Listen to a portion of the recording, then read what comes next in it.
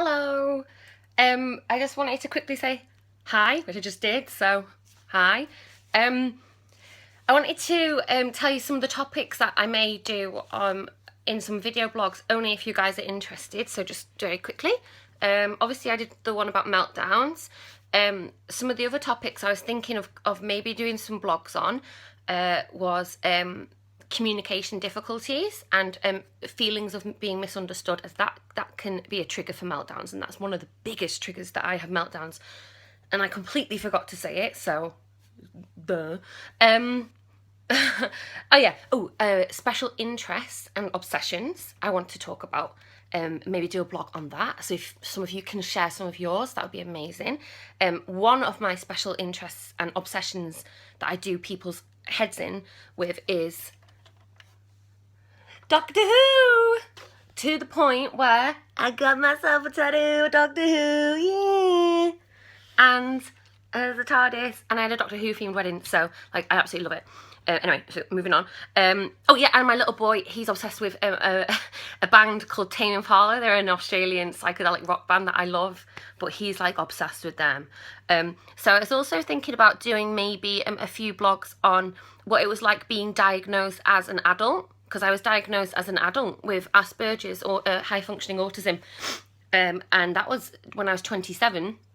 I'm 30 now, so I thought I'd talk a little bit about that one day, because I was misdiagnosed repeatedly before they were like, oh, it's autism.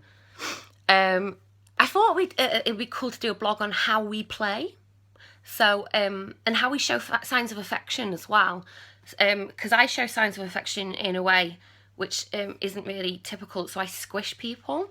So instead of hugging, I just go, oh, squishy. Oh, and I've done it since I was 5, and I still do it, and that's my way of saying I love you, but I don't really like to say it, so I go ooh instead.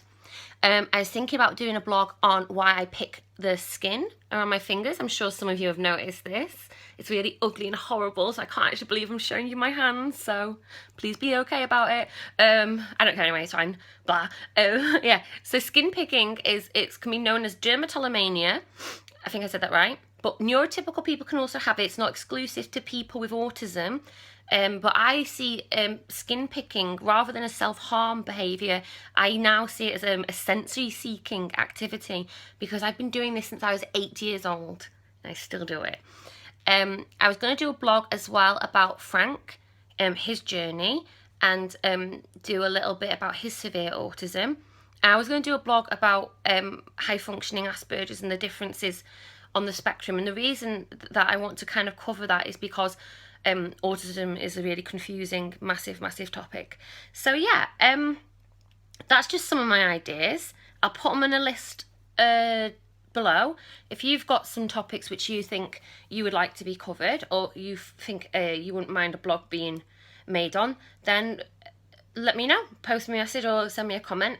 The next one I'm planning to do is we're going to be looking at the meltdowns again, but I want to kind of look more at the severe meltdowns, so the more violent outburst meltdowns, and some of the things that maybe you can do to help that person, because I think the last one that I did was more towards people who are moderate high functioning, but some of the tips hopefully you can use as well for people who are more severe. Okay then, bye.